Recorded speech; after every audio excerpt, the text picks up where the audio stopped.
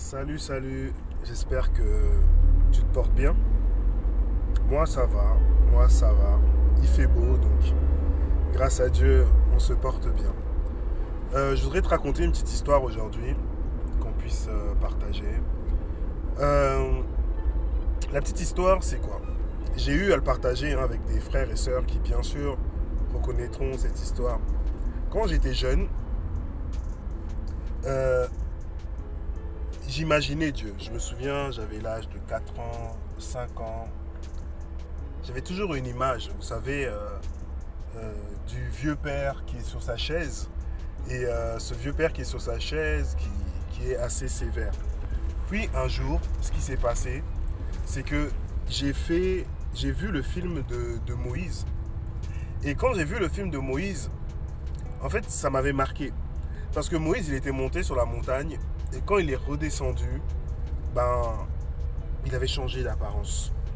Et depuis petit, ça m'avait toujours marqué. Je me disais, ben, quand on rencontre Dieu, on ne reste pas le même, mais on change physiquement. Donc pour moi, rencontrer Dieu était synonyme de changement physique.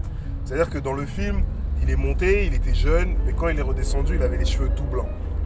Donc, je m'étais créé un Dieu selon mon imagination. Donc j'imaginais que Dieu était comme ça, de telle manière, et rien d'autre. Donc j'ai commencé à grandir. Quand j'ai commencé à grandir, bien sûr, cette imagination-là, en fait, ou cette manière-là de percevoir le Seigneur est restée en moi quelque part. Et après, au fur et à mesure de mon évolution, ce qui s'est passé, c'est que j'ai commencé maintenant à façonner Dieu selon moi-même, selon mes pensées. Donc, j'ai pris ce qui était dans mon imagination et j'ai entendu la parole qu'on me donnait. Et des deux, j'ai fait une sorte de bouillie. Et cette bouillie-là, en fait, a créé un Dieu, en fait, selon moi.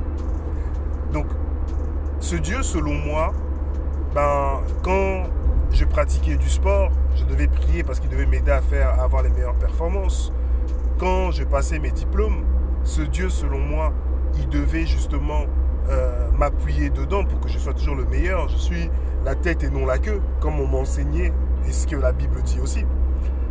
Ce Dieu, selon moi, devait m'aider à trouver du travail, devait m'aider dans mes projets, m'appuyer dans mes projets. Et ce que j'entendais, je ne le prenais pas comme étant une vérité émanant de lui, mais je le prenais quelque chose qui doit me servir à moi. Donc, quand je prenais sa parole, je la prenais bien sûr pour moi, selon moi, mais je ne voulais pas l'exécuter pour lui et par lui en fait. Mais c'était vraiment une disposition dans laquelle Dieu devait me servir.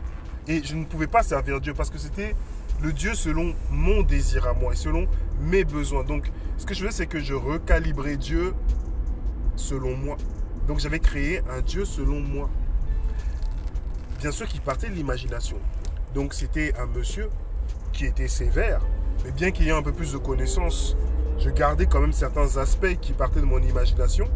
Et de ces aspects-là, je créais quelque chose d'autre. Donc maintenant pour moi, ben, le Seigneur, qu'est-ce qu'il était? Ben, il était un Dieu qui devait faire les choses selon moi. Donc j'étais déçu, j'étais frustré, j'étais offensé quand Dieu ne répondait pas à mes exigences. Donc, comme il ne répondait pas à mes exigences, ça m'arrivait même d'être au bord de perdre la foi. Parce que pourquoi Dieu, normalement, je ne peux pas connaître l'échec? Je suis ton enfant. Je ne peux pas connaître des choses qui ne vont pas, ne peuvent pas s'adapter à moi. Et j'étais énormément dans ce versant-là avec le Seigneur. Mais je vais vous dire une chose, une vraie réalité. La vraie réalité, c'est quoi? C'est qu'en fait, je ne connaissais pas Dieu. Parce que je m'étais fabriqué un Dieu à ma mesure. Et ce Dieu-là, il était parti d'abord de mon imagination. Puis en grandissant, la parole que j'avais reçue, il était un Dieu selon mes désirs, mais il n'était pas un Dieu selon sa vérité propre à lui. Je ne m'appuyais pas sur la vérité de Dieu pour l'accepter tel qu'il était, mais je m'appuyais sur, comment dire ça? Je m'appuyais sur ce que moi je voulais de lui. et non pas ce que lui voulait de moi.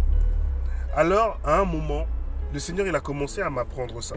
Il a confronté le Dieu que je connaissais, ou le Dieu que je cherchais qui était, qui était selon mes désirs. Il était confronté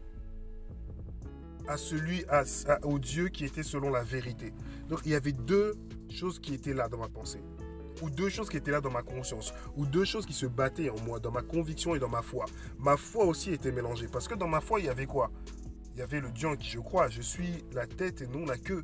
Quand je veux un travail, Dieu, il doit me le donner. C'est pas normal que je galère pour du travail, je suis quand même son enfant. Donc les choses doivent quand même me revenir. Pourquoi les gens qui sont dans le monde obtiennent telle chose, mais moi qui suis enfant de Dieu, je dois avoir plus. Je fais partie de la race des élus. Mais là-dessus, je ne me basais pas selon sa vérité. Mais je me basais selon ma conception de Dieu issue de mon imagination. Je te donne un exemple. Si pour toi, tu as toujours marché avec un Dieu qui abandonne les personnes, forcément, dans ta conception du Dieu que tu vas créer, parce que dans ton imagination, Dieu abandonne les personnes. Parce que tu as connu, par exemple, un père, un oncle, un frère qui t'a abandonné. Forcément, ce qui va se passer, c'est que tu vas créer un Dieu où tu vas l'adapter à ce profil-là abandonnique. Dieu t'abandonne. À la moindre chose, Dieu, il t'abandonne. Donc forcément, tout ce que tu fais pour Dieu, tu ne le fais pas par amour, tu le fais par peur d'être abandonné ou rejeté par Dieu. Résultat, ce n'est pas Dieu, mais c'est un Dieu que tu t'es fabriqué. Tu t'es fabriqué une nature de Dieu, tu t'es fabriqué une communion avec Dieu, mais un Dieu selon toi et selon ta mesure, mais pas selon sa vérité. On dit dans la parole, vous connaîtrez la vérité, et la vérité vous affranchira. Donc on donne deux étapes. La première étape, c'est de connaître la vérité. La deuxième étape, c'est d'être affranchi par cette vérité-là. Mais on ne peut pas être affranchi par la vérité si on ne la connaît pas.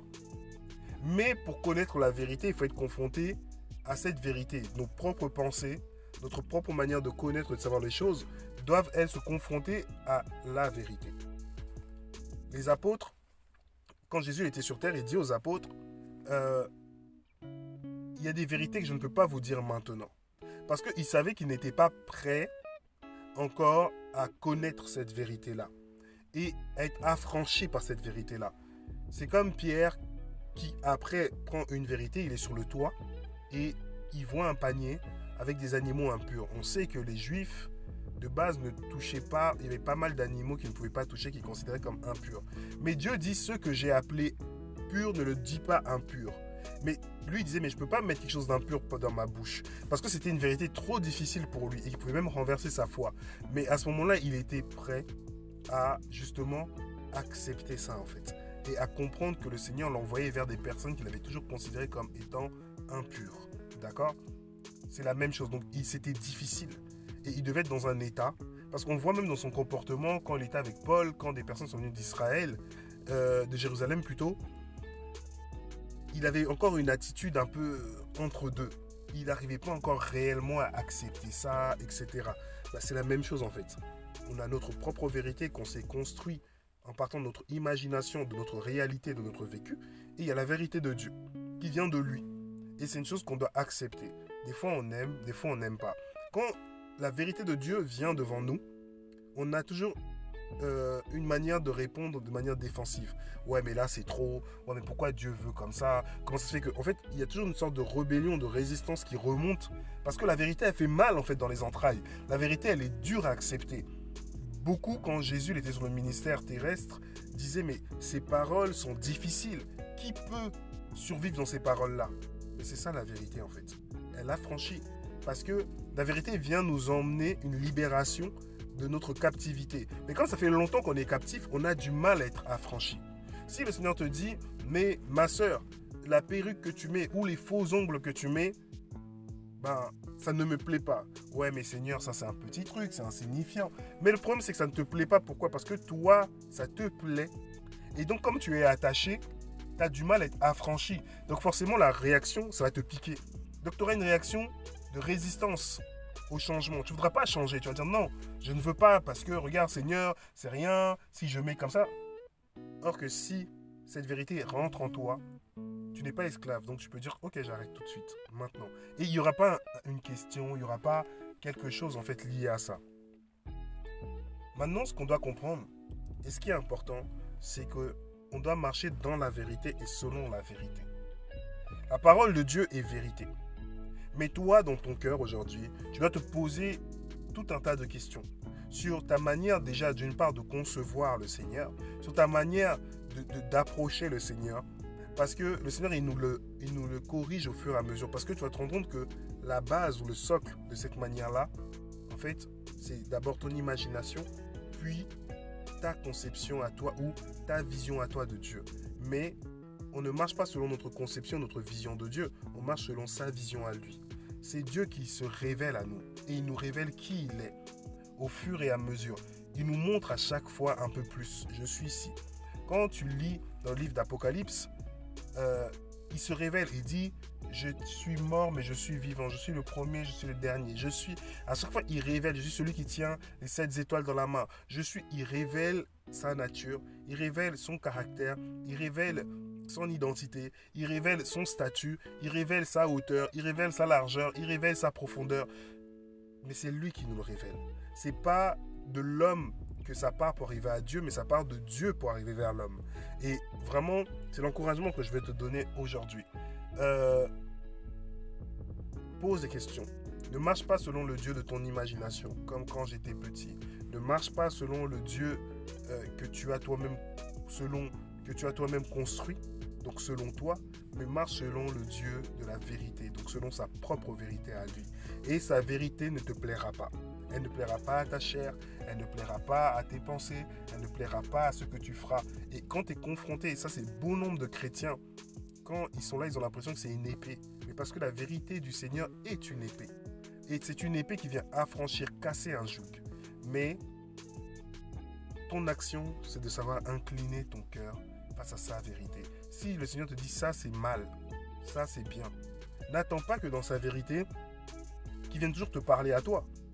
Quand le Seigneur il a utilisé Moïse, c'était pas 10 000 personnes. Quand le Seigneur il a utilisé Jérémie, c'était pas à 10 000 personnes. Jérémie est venu parler de la vérité, vos comportements, vos attitudes. Ça ne va pas.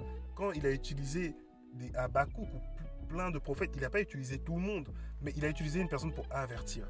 Donc, à chaque fois, on va imposer. Et c'est là que, c'est vraiment cette image-là. Il faut que Dieu il soit selon moi, taillé selon moi. Dieu, il ne m'a pas encore dit, je ne suis pas encore convaincu. Non. Il y a d'abord la vérité qui est là. Et ensuite, la conviction. Parce que la conviction, elle nous parle du péché ou du non-péché. Ça, c'est la première chose.